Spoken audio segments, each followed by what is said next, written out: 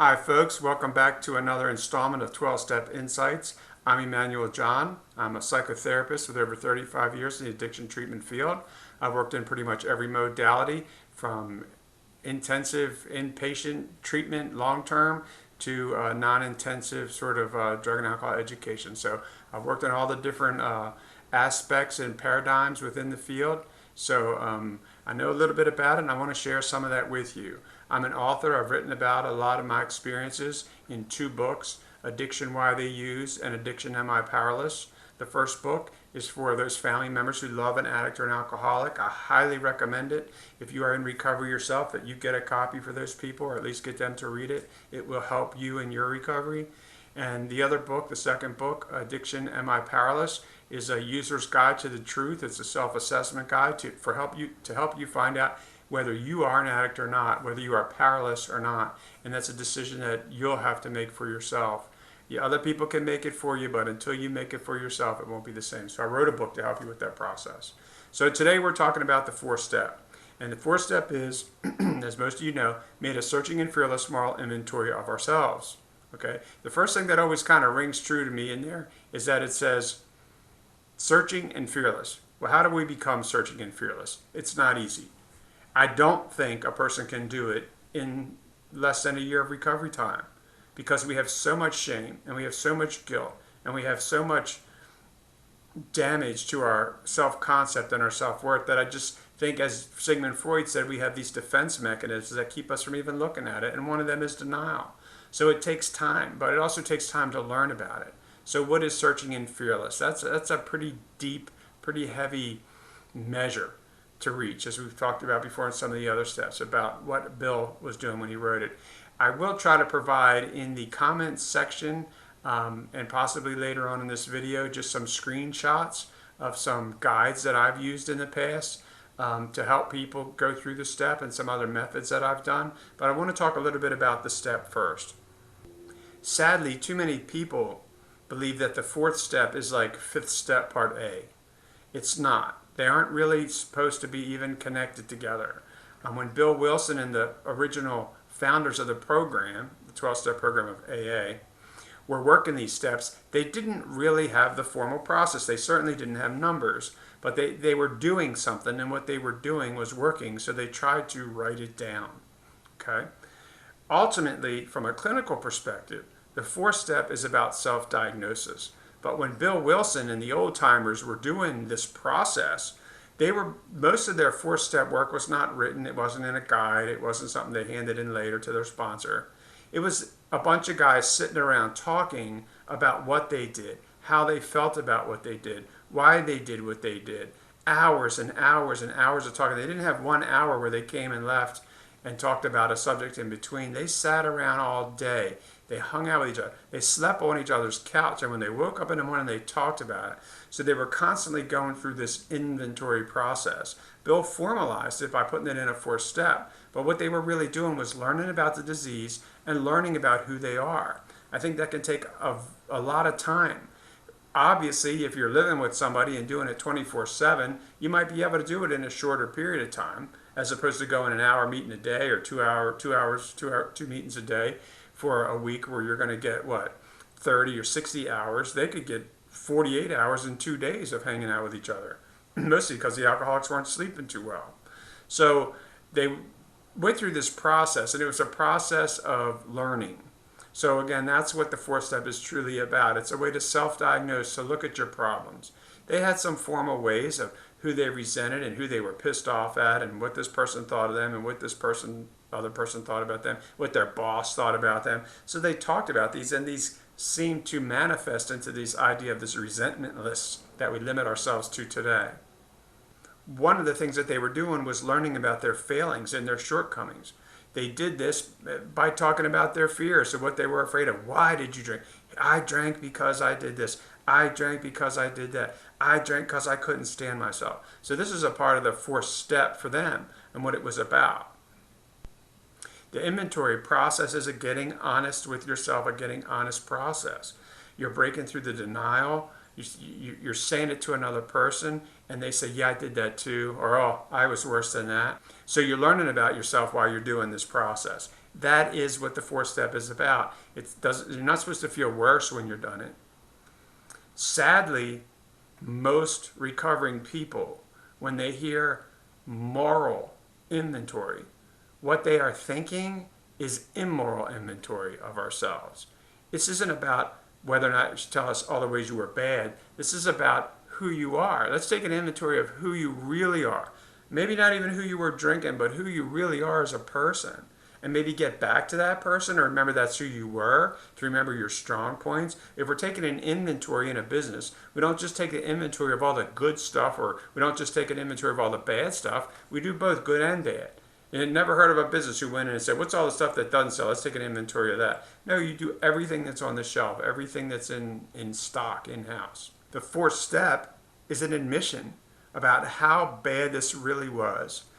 In the fifth step, we talk about to God, to ourselves, and to another human being. So this is to ourselves. This part is about the fourth step initially, when we're doing it sort of nowadays, is about making this inventory process of who we are and how we are. Warts and all, how ugly it is.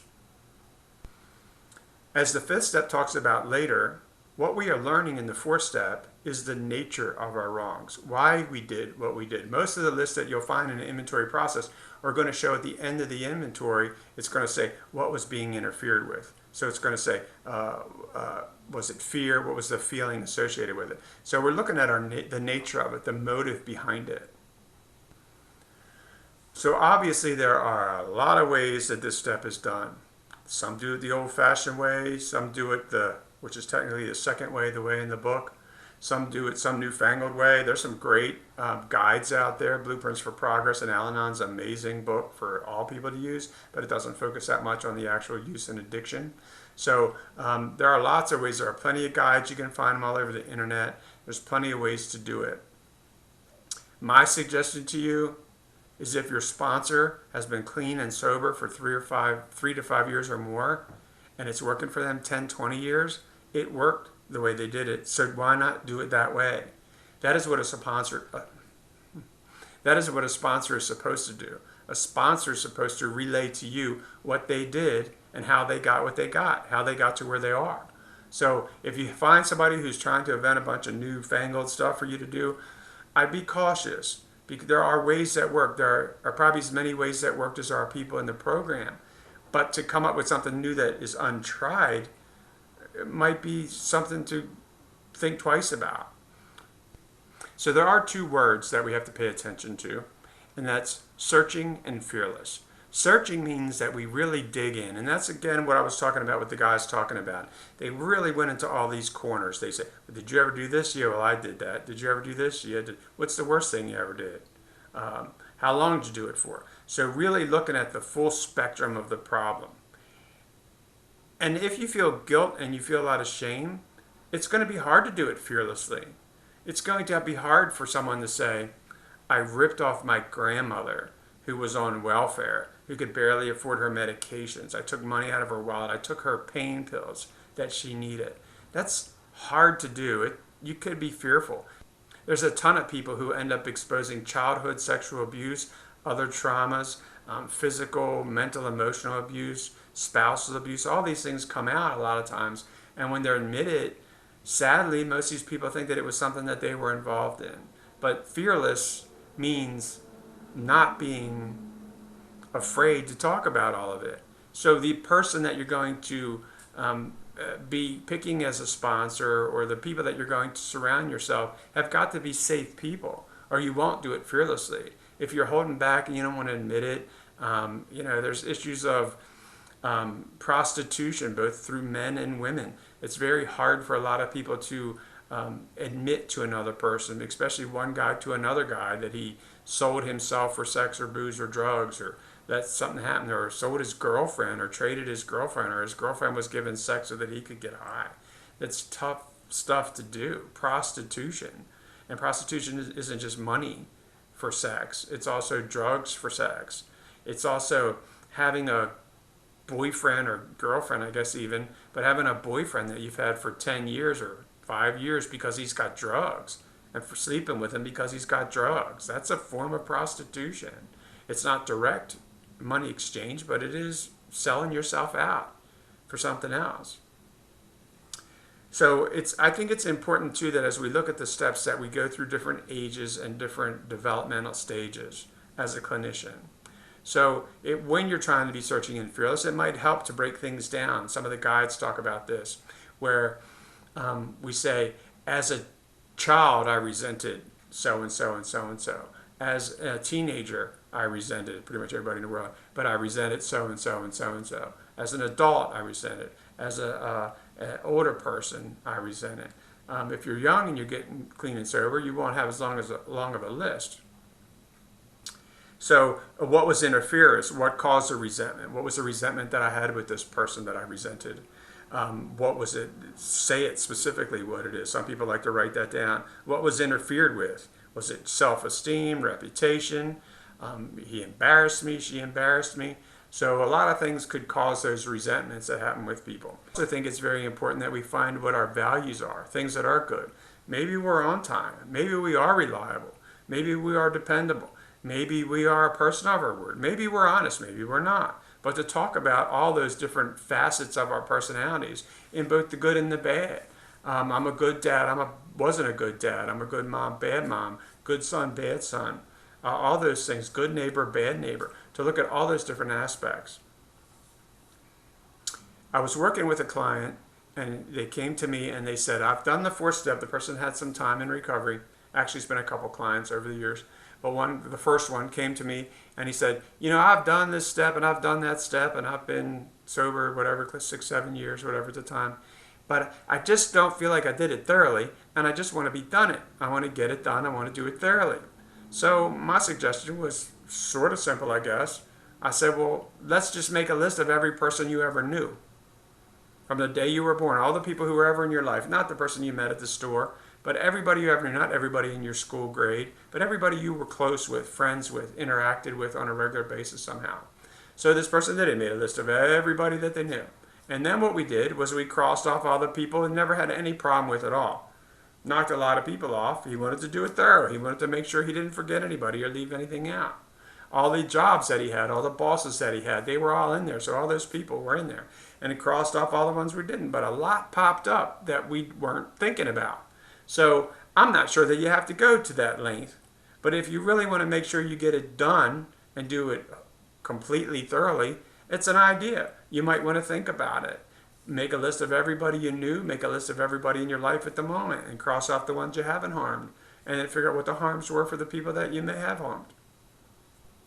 One of the important things that I think this step tells us, reminds us, is that it says made a searching and fearless moral inventory of ourselves. Not everybody else we know, not everybody else in the room, but ourselves. And that we do it to our satisfaction, not to someone else's satisfaction. And why are we making an inventory of ourselves? Because these objects, these things, these aspects of our personality are things that Bill Wilson and the old timers believed were blocks to the sunlight of the spirit. My selfishness, my greed, my anger, my resentment, my jealousy, all these things were blocks that keep me from having a relationship with this power greater than myself. Because I don't want to talk to him about that. Because I don't want to talk to him about that. I knew a gentleman who used to say that if sobriety doesn't come first, nothing comes second. And he said it all the time. If sobriety doesn't come first, nothing comes second. And so, I'm listening to him and I'm thinking one day, I thought, what about God? Doesn't God come before sobriety? Because he would say that God got him sober. So I asked him, I said, didn't God come before your sobriety? And he said, yeah, he might have. He said, but I know myself. And if I start drinking again, it's only going to be a matter of time before I stop talking to him, being his higher power. So I said, well, that makes complete sense then. So this is about having that relationship, a whole relationship, but not just a relationship with God, a relationship with everyone around you. Is all those blocks, that resentment, that hurt, that anger, that frustration that I have with all these other people, to remove that out of the way so that we can have better relationships with all of the people in us, around us, including our higher power. So there is a process for it. But I also think that Bill was smart enough to know that it just had to be done. That we need to clean our side of the street, not everybody else's side of the street. As I talked about in the third step, we turned our life over, we turned all that stuff over. Now we're going back and we're looking at it and we're taking it back piece by piece. And we're saying like, yeah, okay, let me pull this up, clean it off. If you've ever had to clean a lot of anything, you can do it one piece at a time. So you pull this thing, my resentment with Joe, man, Joe, that guy, and I'm up here and I'm working on it and taking care of that one. Then I can put it up on the shelf. This one's done. And I'm pulling all that wreckage up. I'm looking at all that wreckage and trying to fix it all back up. That's what the fourth step is about. It's about removing shame and guilt and starting the process of regaining value in ourselves. We can't if we keep all that stuff in the dark. They used to say, you're only as sick as your darkest secret. Well, if you keep them in the dark, they're not going to get better. I was just talking to a gentleman today about just problems, traumas even from the past. And what do we do if we walk into a house and it stinks or it's full of smoke? We open all the windows and we air it out. We get light on it, we let the air come through, and things improve. So that's what we're sort of doing with the fourth step. Again, the third step is the beginning of the process. We turn our will and our lives over to the care of God. This step doesn't have that much to actually do with interacting with God, but it's setting the table so that we can then interact with God later with all this done. We can't expect, 5 years of being sober all of a sudden go and then maybe want to have a good relationship, and God's going to go, well, you hurt my children. You hurt other people. What about that stuff? So that's what we do in the fourth step. We are taking an inventory, seeing who we are, and then cleaning house with it. And it's going to be piece by piece. Some big chunks of it are going to be done in the fifth step, and we'll talk about that next time. So I'm going to try to put some of the guides that I have, I'm going to try to scan them and see if YouTube lets me put them in there, and they'll be in there. If you have any more questions about the step, if there's anything else I can add to it, I'd be more than happy to do so. Please, once again, hit the little subscribe button down here in the corner so that you can get the next videos that come out. Please, I would love to have your questions. There's some of the other videos that are on the channel about questions that I've got from other viewers from the Facebook page. Visit us on Facebook. Addiction, Why They Use is one of the pages. Addiction in My Paris is another one of the pages. Addictioninthefamily.com, you can see that right here behind me, is the address. So check it out. Let me know what you think. Read the book. Let me know what you think. If you ever have any questions, you can contact me. I will respond to them directly. Thanks. Take care of yourself.